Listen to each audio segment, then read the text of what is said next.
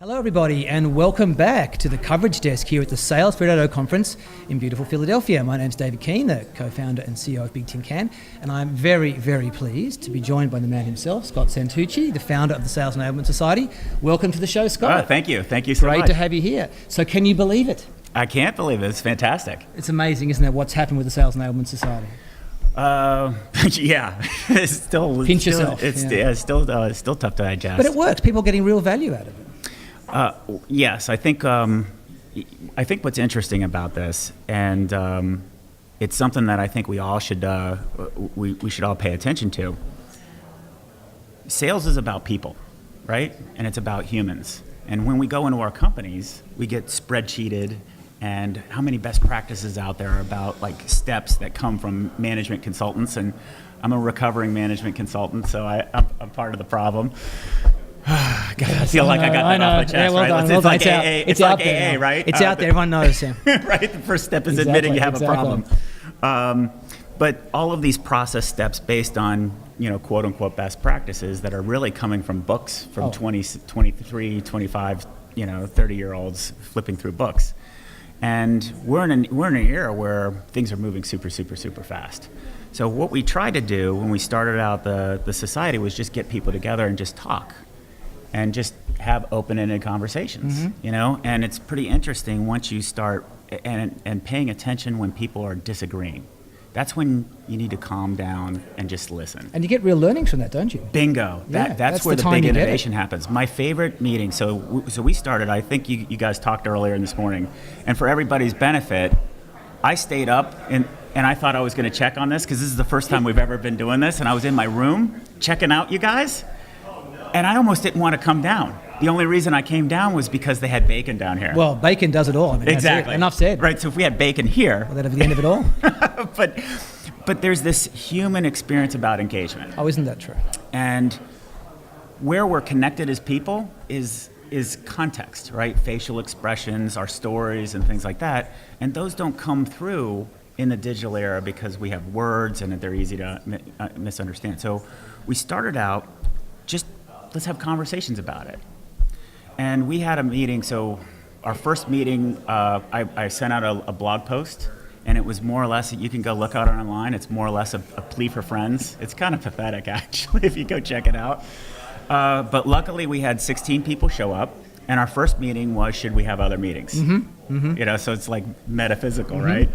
And then we had monthly meetings, and some of them were horrible. And my favorite one was we had, the agenda was, let's talk about your charter for sales enablement. And when I was at Forrester, so I started the Forrester research practice around sales enablement. We wrote the first role definition of sales enablement. And when I was there, every client I led off with, let's talk about your charter, talk about your charter, talk about your charter. So I think it's super, super important. And I still think it's super important. What was interesting was we had a meeting about charters. And it devolved to where some of our clients who are in big corporations like Cisco or Infoblox or Informatica and things like that, we're like halfway through our exercises, we're like, can we talk about something that matters? Like, this is a waste of time. And that actually offended some of our other members that were business owners. Yeah, right. And my favorite thing, I love it when the meeting gets taken over from me. Do you remember who that was? It was Patrick, right? The guy who got so agitated about the lack of concern about what a charter was. He took the computer, he plugged it in, he did a Google search and pulled up Magna Carta. He said, that is a charter. There you go. And what happened was the corporate people shared us their internal documents that they filled out, and they're just forms. There's no substance behind it or anything. So what's happened is the idea of defining out the scope of your role, we agree on. The issue is the words were separating us. And we found that over and over and over again. Like the word, like what does enablement mean? Separates us. Right. The word sales, what separates us. So that's when we said, time out. Let's explore this a little bit. Do we agree that you guys want to get budget? Yes. Well, how are you going to get budget unless somebody understands inside the corporation like what you guys do? And I think that there's a really big learning moment, and we haven't learned how to share these learning moments at scale yet, because when you see a word, charter, and it's really important, and then you think about charter as, well, it's just my form. This is stupid. Are they the HR Nazis, right? Well, let me challenge you there. We're sitting here in June 2018. Yep. And it's a couple of years on from the foundation of the Sales Enablement Society.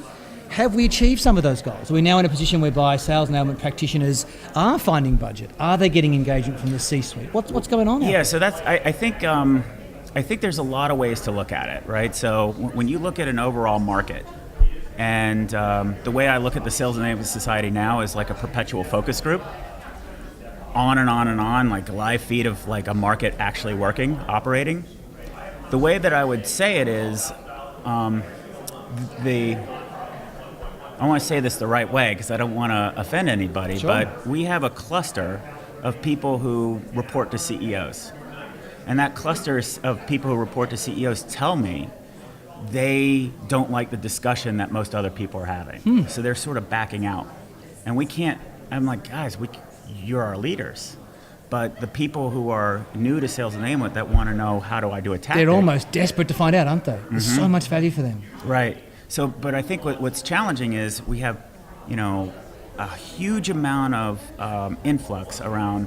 We got to fix tactics because our companies are like freaking out, and well, I can't even afford the time to think about any strategy. So there's that group, and there's the people up here. Is like, we're never going to get out of this finger in the dike problem unless we do have a strategy.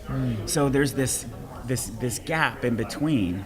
And we have to find a way to figure out how to do that. Or maybe the job of the society is to get people to work it out themselves. That's true. I mean, going back to the point is, we've grown so rapidly. So you're engaging us at a point of growth, and what we try to do is be as transparent as possible. So what I'd like to do is, if you're listening, just sort of imagine we're a completely volunteer organization. We literally have no money, no bank account. So imagine, if you will, like, hey, the society needs to do X, Y, and Z. How would you go and persuade people to go tackle that? And then how would you persuade people on an approach to tackle it? And then how would you get those people to agree on what that approach is? And these are the lessons that I'm learning that I would like us to find a better way to share, because the change management that we're learning to do is so different than the Cotter books that you learn about. And the Sales Enablement Society is unique, seriously, Scott, and what you created here, because if you go back to the 90s and even the 80s, the user group, right? But that was about one particular thing that was easy to understand. This is something more conceptual, but has a huge impact on organizations. So I like that you said that. It's conceptual and it's not conceptual. That's what's where I get so frustrated about it. So we're just two people right now, forget about everybody here. We're just two people having an engaged conversation. Right. It's interesting, right? It is. Nothing is more basic than that. And that's human. And that's the core pillar of what we're built on. That's not conceptual. I think the challenge that we've got is there's so much information around us. Being able to put the dots together and see patterns is something that's hard for us as humans. And also we may not have the time, even if we could do it. Today's fast-paced world is stopping us. Yeah. Let me ask you about digital, though. Yeah. Digital is changing everything. Every time you attend a keynote, you're told the new world is digital and buyers are solving all their problems online and learning all this information before they even talk to a seller. That's a huge change in how we think about the world. But is it true? So that is fantastic. I love that you're asking that question. So everything that we do in the society, so a little bit about me, I went to Virginia Tech, so I have an engineer's background, right? So I always think thesis, control test it. And the other thing that I'm doing is shed no preconceived notions. And so let's talk about digital. So first of all, what does digital mean? Right? There's a lot of buzzwords. Yeah, exactly. But for me, what it means is taking advantage of, things like this and LinkedIn and stuff like that. I think step number one, what digital does is it allows anything is possible, which is incredibly exhilarating. Anything is possible. on the flip side, as humans, the number one fear we have is the fear of the unknown. That's the number one fear, more than death. We as humans are more scared of the unknown. And what's more unknown than what's possible? So anything is possible. And the reason, the example that I give is in 2008, Uber didn't exist. And today, I don't know about you, but the whole idea of taking a cab seems so barbaric, like, ew. And it feels like when I was growing up, like my friends who would use 8-tracks, like, ew, like, get with it, man, you know? But it's worse. It's a worse, like, barbaric feeling, and that was just 2008. Yeah. And they just said, hey, we've got this mobile device, we'll envision a completely different way of doing it that no one ever thought of.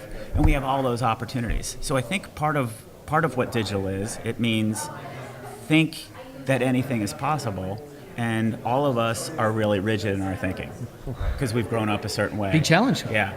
So I think that's step number one. Then step number two, does digital work? It's like, well, we built a global, we are in 15 countries. We have 47 chapters, and all of it has been done on LinkedIn. Yeah. Like, literally, I am not at all lying. And just amazing. For those of you out there, 15 countries, 47 chapters in how long?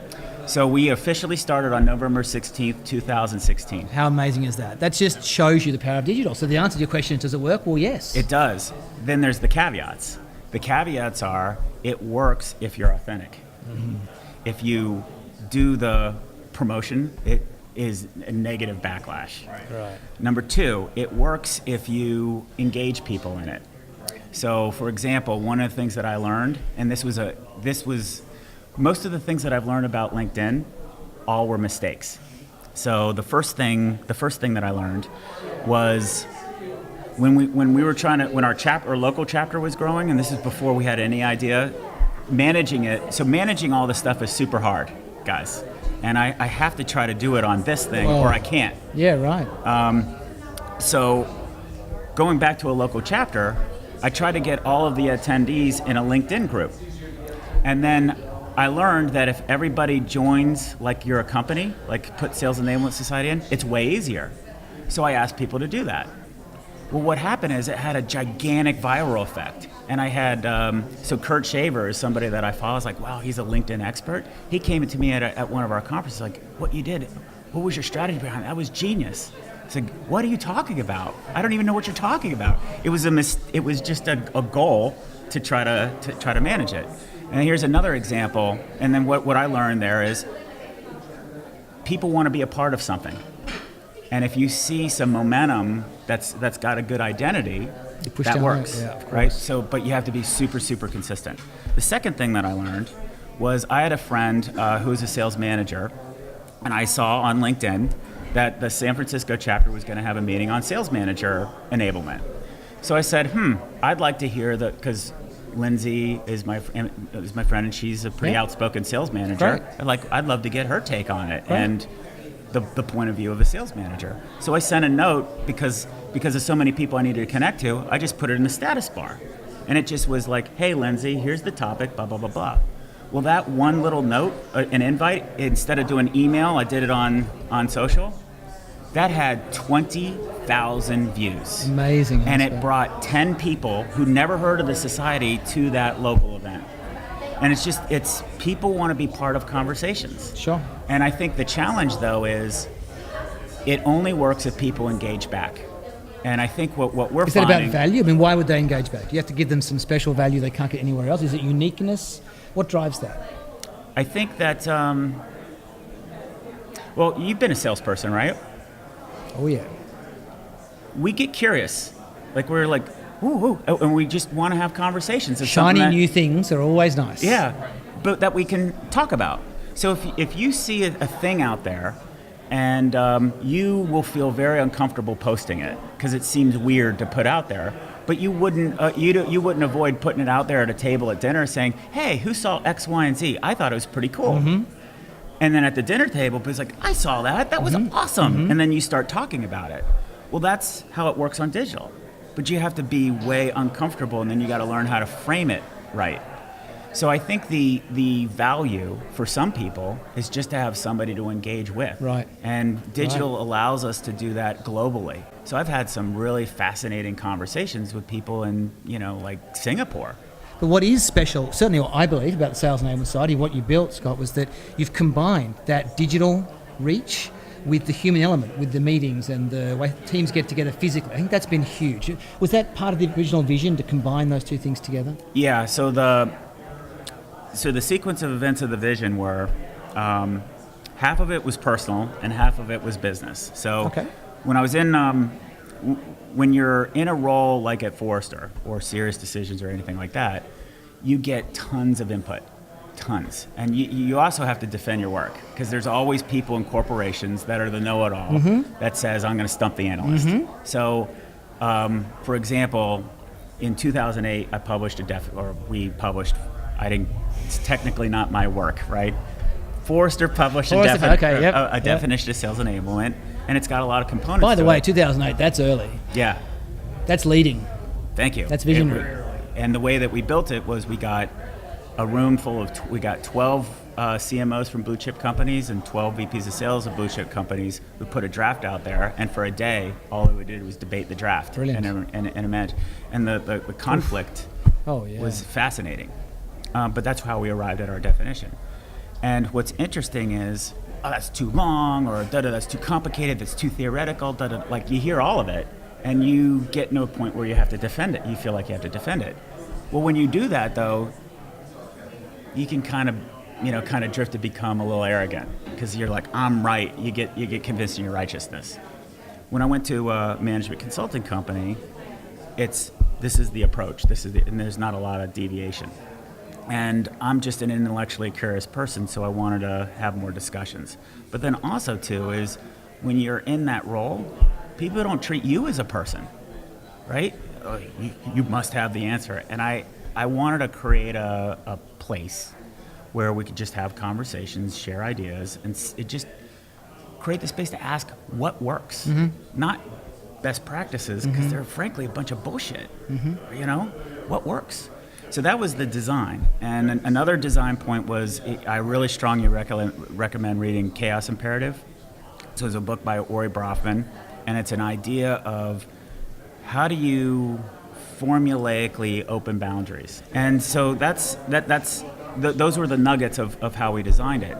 And the other thing that you can go and check this out, in April, I published, in April 2016, published what our strategy was.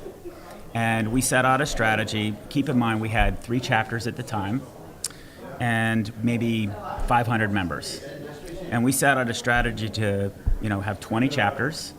We were going to have a conference. How do you have a conference with no money, by the way, and all volunteers? It's pretty hard to get a place like this to agree to host you. How true. With no money. How true. We were going to have the biggest online presence. We were going to have the biggest voice of sales enablement. I mean, just bold claims. You can read them. Yep. Who would sign up for that? But we hit all of them. And we hit all of them because we're trying to experiment with a different organizational model. We're not hierarchical. We're a network model. And the other thing is, we want to embrace the whole idea of growth. And I think that all the companies that I worked in are pretty anti-growth. So if you think that we work in companies that are anti-growth, what would be the opposite? So that's what we're trying to do. But it is unique how you've combined. I mean, you mentioned it there. You've got the online community, massive focus.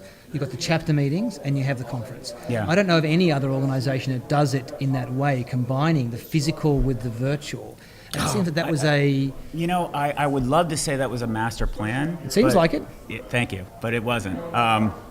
What happened? Why a conference? And the conference is an interesting thing to talk about, because there's a lot of conferences. This is a wonderful conference here, Sales 3.0 conference, and we're so glad to be here. A lot of interesting things happening at this conference. But why a conference? Well, let's go back to our mission. Our mission is to promote and elevate a role. Okay, so if you think about it, we're examples of professions that have elevated themselves. And I can only think of 2. I can think of and I mean no disrespect, you're Australian and I'm American, so I doubt you read it, but you saw the movie, A Christmas Carol. Oh yeah, So it's in the movie. You know what? Yeah. As far as I'll go. You know what's funny? When I'm in London, I act like I read it. Okay. You know, you gotta pay homage to Dickens, right? But I didn't. So now I'm outed. But at any rate, in that movie, you think about Scrooge, and he's this business guy, and you think about Tiny Tim, poor Tiny Tim. What does Tiny Tim's dad do? He's a bookkeeper. Right. Now imagine today, so that's the Industrial Revolution period. Imagine today a story about a CEO treating their CFO like that. No way. No way. That's the guy that keeps the CEO out of jail. Yeah, right. So that is a good example of role elevation. Another good example of role elevation is you go back into time, there used to be these punch cards. You know, people would have streams of punch cards, and the person who fed those punch cards was the data processing manager. Mm-hmm. Well, today, can UPS function without a CIO? They don't exist. What is Google? All Google is IT. That's it. What is Amazon? That's all it is. So you have, that's an example of role elevation. Good examples, yeah. So when you look at us, why is the role exploding? We could say, well, there's a lot of job specs. There are no job specs out there that are standard for sales enablement. Don't think that's true. Why? Well, something's wrong. And the way that I characterize it is most of our members, I would just sort of characterize them as their head of broken things. So they've been tapped on the shoulder and said, you do good at fixing stuff, go fix X. Yeah, right. And that's a very symptomatic way to address challenges. But what that says to me is it's a symptom of a much bigger problem. And the much bigger problem is the whole way sales and marketing is run is broken. That's the big problem. Mm-hmm. So therefore, a role needs to emerge that is not head of marketing or head of sales. It's something different. And it can't report into the CFO. The CFO is too worried about risk. Somebody's got to be focused on growth. Who's focused on growth in a company? So let's look forward 3 years from now. Mm-hmm. The sales enablement practitioner and the sales enablement role has grown. Where does it fit into an organization? Great question. But I had a very similar conversation like that. So several leaders from this private equity firm flew out to Dulles to meet me. Nice. And they wanted to know how come the Sales Enablement Society is growing so fast and their member companies aren't. And my position is because of the way you're managing them. And this is the freeing part of not having any money or any bank account. Mm-hmm. And they're like, what do you mean? I said, well, all of the metrics that you're using to evaluate, you're using, past data, past quarter, revenue data. You're focusing on revenue and you're focusing on your products. Well, growth is what's the future. Mm-hmm. Growth is your customers could give a rat's ass about what your products are. They care about, either experience or the impact or the outcome. Absolutely. And, the next part is just the mechanical way that you're looking at it is not the way things work today. So every lens that you're putting on and doubling down and making more rigid is choking it. And in that conversation, we talked about what the future is, exactly like you said. And I said in my opinion, the future is you have to have a CFO because there's laws and everything like that but in terms of revenue recognition, people can go to jail. And I think that's something that our profession is not understanding. We talk about all our help with supporting revenue, but revenue means something legally. And people go to jail if it's not recognized correctly. And if we don't understand what those revenue recognition rules are, it's going to be hard for us to build the growth side, to get the bookings in. Mm-hmm. So what we need is somebody with as much fiscal financial acumen and data analytics, but to concentrate on growth. Because today, when a CEO goes to the board, every CEO I've talked to wants to grow. How do they make the case for it? No one's got the financial case for growth. They got the financial case of what not to do, the safe move, and why do you think they keep making the safe moves? Mm-hmm.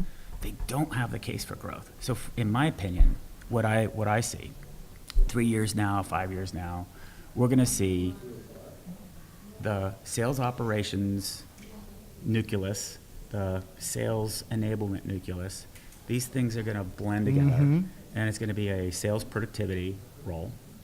And those roles are going to be mapped by different revenue streams of clients. So how you would do that to support your strategic accounts is going to be way different than, inside accounts. But it's still a portfolio. And the responsibility is going to be overall sales productivity, but from a top-line perspective. And that the goal will be, what kind of metrics do we make? How do we take calculated bets for growth and to advocate for growth? And right now, there is no role anywhere that advocates for growth.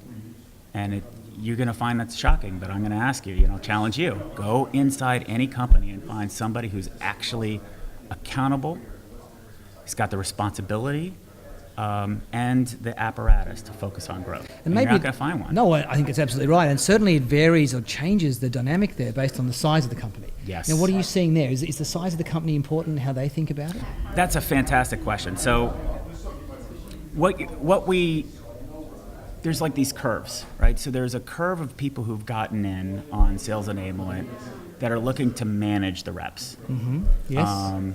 So it's more like we're going to tell you how to sell, we're going to tell you how to conform, we're going to make sure that you're using, Salesforce or Dynamics or whatever the right way. And there's a heavy sales ops contingent to it. And we want to make sure people are following our standard sales process and things like that. And that emerged because in so many sales organizations, there's just chaos. You would think that these companies would have a standard sales model. They don't. Each individual sales manager has their own sales process that they like to follow. So in order to get control, a enablement function can look like that. So a lot of organizations have done that. Then you have situations where inside big companies, they're starting to realize that the one-size-fits-all sales model aren't working, and they don't know what to do. And so what they'll do is they'll work on different kinds of segmentation, and then we get these weird bastardization of segmentations where it's a vertical segment, a geographic segment. So we're going to handle Asia Pac one way, and we're going to handle the Americas a different way. Heard that a few times. And then within that, then there are the different topics because there's different customer types, and then within that there's the individual product P&Ls, like the training group and the services group and the software group. So you have these weird matrices that are not intellectually honest, and it makes executing really hard because I don't know which zone, which world I'm in. So is company structure to blame? Is there a question here about our traditional way of running companies with P&Ls is holding back the ability for us to be able to gain those insights across the business? I think that's a problem. I'm careful with saying that because when I talk like that, people throw their hands up and say, you got to boil the ocean, you can't change anything. And there's so many things you can change on that way there. I'd argue that even in an organization today, let's pick any company over $1 billion that has multiple business lines and the like. In reality, because they're matrixed, for them to get anything cross-functionally done, they have to get volunteers to do the work anyway. So you still have as much power as if you were going tops down to do a reorg, if you can unite the clans, if you will, like Braveheart, right? Mm-hmm. But you have to have a strategy to do that, and you have to learn how to mobilize people. So there's the opportunities to drive change from bottoms up have never been wider open than they are today. And Scott, to get there, that takes leadership. Do you see the Sales Enablement Society helping practitioners to gain the leadership skills they need as well as the practical, everyday work skills? Yeah, so maybe this is something you can help me out with. One of the design points of the Sales Enablement Society was, hey, I think I'm a big fan of you learn by doing, right? And we take on issues in the society to help us grow that are purposely designed to simulate the real life experiences that happen inside our members. And that concept is something that I haven't been good at articulating, but it's been a design point. So I think that the best way to learn is to do. And if you can learn how to get volunteers to do stuff for you, when you go in your company, it's 8 million times easier. So we've learned so much. I'm trying to productize or package up a model So I'm trying to share that with our leaders about, hey, here's a model. So we're trying to organize around three different parts. One part is, we have 7 principles that we want people to follow. And what works, what's interesting is when I've been able to try those same principles inside companies, they work there too. So it's practice what you preach. The second thing is, instead of telling people this is your job, we're on our own individual hero journeys. And make it fun. It's a quest. Yes, it's hard, it's challenging, and what we're being asked to do is all different. But you know what? When we're all together trying something different, it's fun. It is. It's how we got to the moon.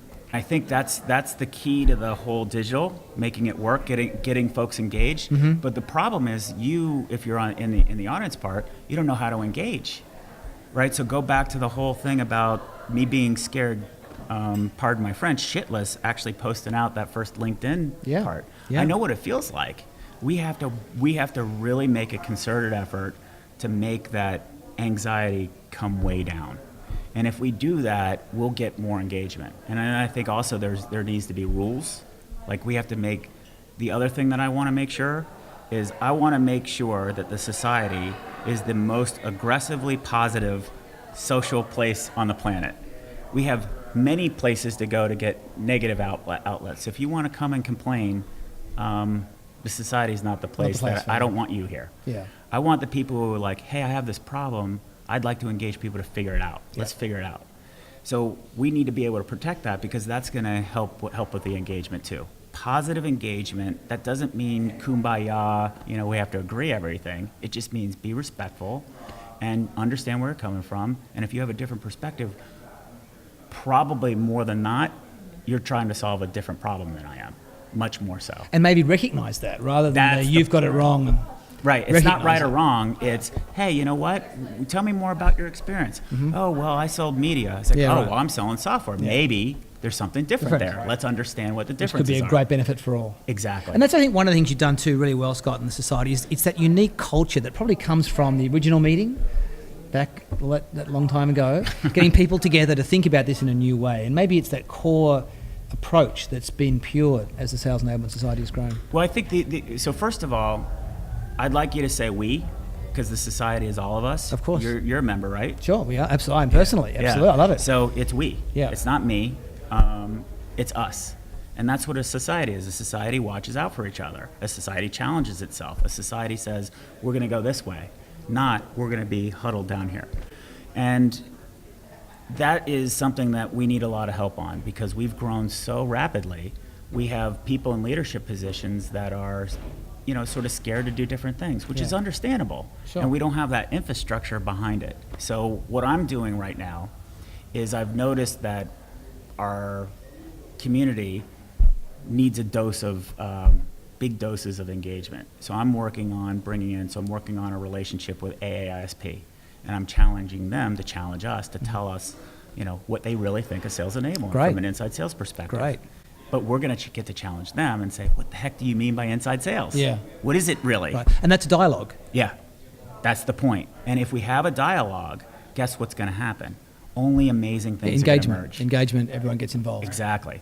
Solving these bigger problems is something that we need to do as a society, but I think if we learn how to do them, we're going to solve them inside our clients too. That's an important point you raised. I think that the society has this unique role in that the things the society is learning apply as much to many of our own businesses. And so those ideas, we can take them and use them. So, those of you out there watching, tweet, just get out there as well and share what you've learned from the Sales Enablement Society and how it's really impacted the way you run your own businesses and how you help your sellers be more effective. Thanks again for tuning into this session. Thank you, Scott, again. Brilliant to have you here. Congratulations on the success of the society. Thank you so much for sponsoring. So glad to be here. Big leap of faith. So glad to be here. All right, thanks everybody.